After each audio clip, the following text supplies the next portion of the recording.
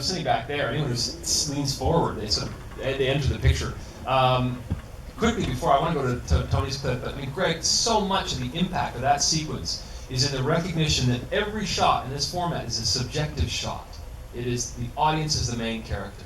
I mean, speak to that aspect of the design of that sequence. Yeah, and I'm so happy that Tony brought up Graham. He started that. He recognized early on that this medium, which was so clear and sharp and beautifully steady and bright, could give you a sense of you actually participating in the movie. And because you're sitting at a 90-degree view to the screen, your peripheral vision is almost filled with image. So you get that sensation in the pit of your stomach. As I mentioned, when Joe leans out over that skid of the helicopter, you feel like you're going over. And then To Fly, when we went over different drop-offs with the helicopter, the audience would gasp. You'd hear that. Now they're more used to it, and they don't gasp quite as often, but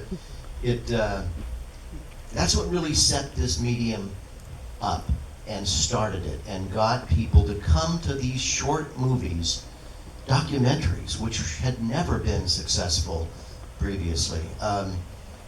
It's astounding to me still that we've had 40 some odd years of successful releases in this bizarre format. And it's because of the 1570 and because of the size of the screen, amazing work that IMAX has done, that it's been successful.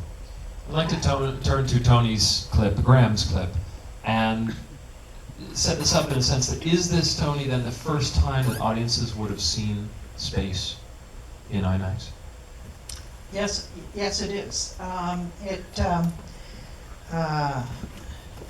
The whole idea of making these films was then that IMAX could take ordinary people where they absolutely couldn't go. And so, as I said, mentioned in Hail Columbia, we learned how to film launches through fighting with NASA press accreditation and spiders and birds crapping all over our lenses and all kinds of things we learned not to do. But by the time Dream was live, we sort of had an inkling about that. I just wanted to tell everybody that, for me, the space exploration business sort of seems timeless in a way. I don't know when we'll look back and think on the shuttle as being sort of an ancient dump truck or something. I don't think it's soon, because this sequence was filmed in 1984, and 30 years ago. Just always amazes me how quickly that's gone by. And there were, I haven't mentioned the setups involved in actually manifesting and flight certifying cameras. Would the vacuum plates in the IMAX camera work in 0G? We had to test all that in the Vomit Comet, with Bill Shaw and David Douglas and everybody up there getting sick on the parabolic flights, testing the cameras to make sure they'd work.